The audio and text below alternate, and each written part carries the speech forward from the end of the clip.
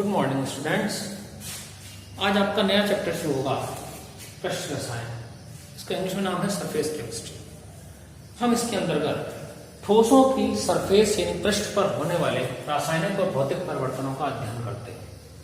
आपने देखा होगा, जब आपके पास में कोई ठोस पदार्थ होता है, मान लीजिए आपके घर में एक थाली रखी है और उसको आप कुछ देर तक बाहर रखा रहने दें, क्या होता है, उस पर धूल की एक परत आकर जम जाती है। कुछ देर बाद आप उसको साफ कर देते हैं, वो परत साफ हो जाती है।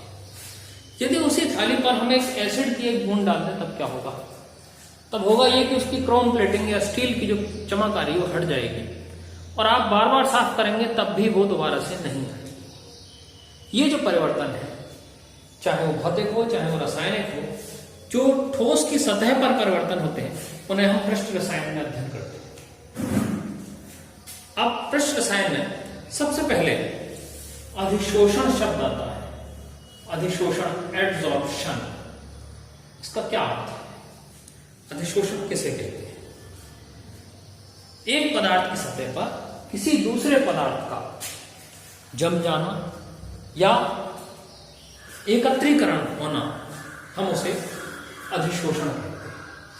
जैसे हमने अभी एग्जाम्पल दिया था, जो थाली है या जो कटोरी है, जो बर्तन है या कोई भी चीज जिस पर धूल जम गई, धूल क्या है? धूल एक सतह पर जमी है, तो हम उसे कहेंगे अधिशोषण। अब अधिशोषण क्यों होता है, ये इसका कारण जानना बहुत जरूरी है। कोई सतह है, उसके अंदर जब वो सतह अपनी स्थिर अवस्था में होती है तो उसके अंदर जो उसके बल होते हैं, आणविक बल, वो संतुलन अवस्था में होते हैं, जो संतुलित अवस्था में होते हैं। परंतु जो सतह है उस पर वो बल असंतुलित अवस्था में होते हैं। जब असंतुलित अवस्था में होते हैं, कैसे होते हैं? देखिए, यहां ये बल संतुलित अवस्था में है अंदर की तरफ, और जैसे हम बाहर जाएंगे तो ये बल असंतुलित अवस्था में हो जाएंगे। असंतुलित अवस्था में देख रहे हैं आप, कोई बल यहाँ है, कोई यहाँ है, कोई यहाँ है, कोई यहाँ है, कोई यहाँ है। तो ये जो बीच का स्थान है, ये अपनी ओर ये असंतृप्त अवस्था में आ जाता है। जब असंतुलित बल होंगे तो ये असंतृप्त अवस्था में आ जाएगा और इसको संतृप्त करने के लिए इसे कण या आयन को संबद्ध करना आवश्यक होगा। इसी कारण कोई भी वस्तु दूसरी वस्तु की सतह पर जम जाती है। क्योंकि सतह पर असंतुलित बल होते हैं और असंतुलित बल असंतृप्त अवस्था में होते हैं, उन्हें अपने आप को संतृप्त करने के लिए वो किसी भी कण, आयन या अणु को अपनी सतह से संबद्ध कर लेते हैं, और यही कारण है कि अधिशोषण होता है। अतः अवशिष्ट पृष्ठ बलों के कारण उत्पन्न एक सतह में सांद्रण परिवर्तन अधिशोषण कहलाता है। सांद्रण परिवर्तन का क्या अर्थ है? सांद्रण परिवर्तन का अर्थ है कि सतह पर जो सांद्रता है वो परिवर्तित होगी। कैसे होगी? मान लीजिए आप सतह इस समय बिल्कुल साफ है, बिल्कुल साफ, कोई कुछ नहीं है, और उसके बाद में धीमे धीमे धीमे धीमे करके यहां कुछ जम जाता है। तो पहले कुछ नहीं था, इसकी सांद्रता बढ़ गई, और थोड़ी देर बाद कुछ और भी जम जाता है तो इसकी सांद्रता और ज्यादा बढ़ गई, सांद्रण परिवर्तन हुआ। इसी को हम अधिशोषण कहते हैं। पदार्थ जमा होने वाली सतह, जिस सतह पर पदार्थ जमा होता है उसे हम अधिशोषक कहते हैं। जैसे हमने यहाँ एक चित्र बना रखा है, देखिए, अधिशोषक, ये एक सतह है जो अधिशोषक कहलाती है, जिस पर पदार्थ जमा होना है, और जो पदार्थ है जो जमा होना है वो अधिशोषित कहलाता है, यानी एड्सॉर्बेंट कहलाती है वो सरफेस, और जो पदार्थ है, जो मैटर है, वो एड्सॉर्बेट कहलाता है। क्या कहलाता है? एड्सॉर्बेट या अधिशोषित। दूसरा शब्द आपने सुना होगा इससे मिलता जुलता, अवशोषण। अवशोषण क्या होता है? बड़ी छोटी सी बातें हैं।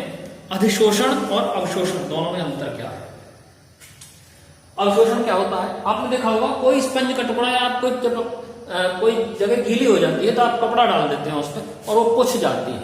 कैसे पुछ जाती है? ऐसे पुछ जाती है कि जो कपड़ा है वो जल को अवशोषित कर लेता है, और यही अवशोषण है। इसका अर्थ है इसमें अधिशोषक के अभ्यंतर में प्रवेश कर अधिशोषक के संपूर्ण जाल में फैल जाता है।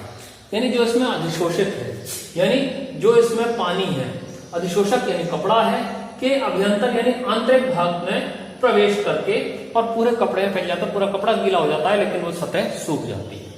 और यही कारण है कि आपका जो पानी है वो सूख जाता है। तो एब्जॉर्प्शन और एड्जॉर्प्शन में अंतर समझ में आ गया होगा।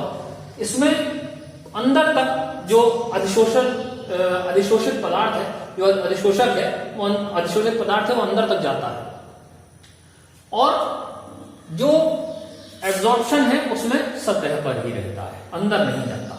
लेकिन इसमें पूरा अंदर तक हो जाता है और समान रूप से वितरित हो जाता है।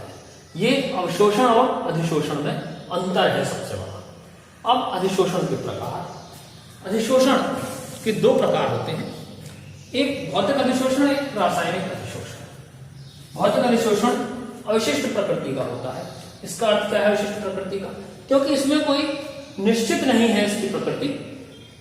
मान लीजिए यहां धूल के कण है, आ गए और लगातार उस पर परत दर परत जमती चली जा रही है। जहां इसका और यहां रासायनिक अधिशोषण में ये अत्यंत विशिष्ट प्रकृति के होते हैं। जिस रसायन से जिस सतह का अभिक्रिया होगी या जो अभिक्रिया के लिए सतह उपयुक्त होगी वही अभिक्रिया होगी, इसीलिए ये रासायनिक अधिशोषण अत्यंत विशिष्ट प्रकृति का होता है। मान लीजिए कोई रसायन है और उसकी दूसरे रसायन से अभिक्रिया नहीं होती तो उसके लिए बेकार है, वो वहां अधिशोषण नहीं होगा उसका। लेकिन जिसकी अभिक्रिया किसी दूसरे रसायन से होती है वो इसी कारण ये विशिष्ट प्रकृति का है। ये उत्क्रमणीय है, यानी आप इसको हटा भी सकते हैं। जैसे कोई गैस है, गैस किसी चीज पे जम गई, जैसे आपने देखा होगा जब आप बर्तन है कोई और बर्तन आप रख देते हैं बाहर साफ करने के बाद, कुछ देर बाद वो जो उसकी चमक है वो कम हो जाती है। क्यों? क्योंकि वायु से ऑक्सीडेशन होता है और वायु उसके ऊपर जम जाती है, वायुमंडल में धूल के कण उसके ऊपर जम जाते हैं। फिर आप कपड़े से उसको साफ कर लेंगे, क्या होगा? फिर से चमक जाएगी। इसका मतलब क्या है? जो भौतिक अवशोषण है वो उत्क्रमणीय है, वो हटा भी सकते हैं और फिर से आ भी सकता है। लेकिन रासायनिक अधिशोषण उत्क्रमणीय नहीं होता। एक बार जब रसायन पड़ गया और जो अभिक्रिया हो गई उसके बाद में वो हट नहीं सकती। कैसे? जब हम किसी बर्तन में अम्ल की एक बूंद डाल दें तो क्या होगा?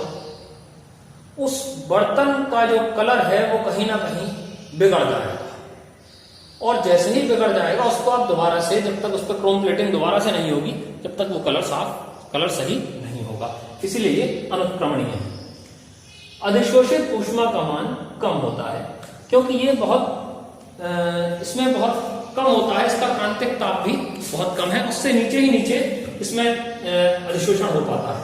लेकिन रासायनिक अधिशोषण में अवशोषित ऊष्मा का मान अधिक होता है क्योंकि इसका क्रांतिक ताप भी अधिक है। कोई अभिक्रिया होनी है वो गर्म करके होगी, हो सकता है ठंडे में भी हो जाए, लेकिन सामान्य ताप पर होगी।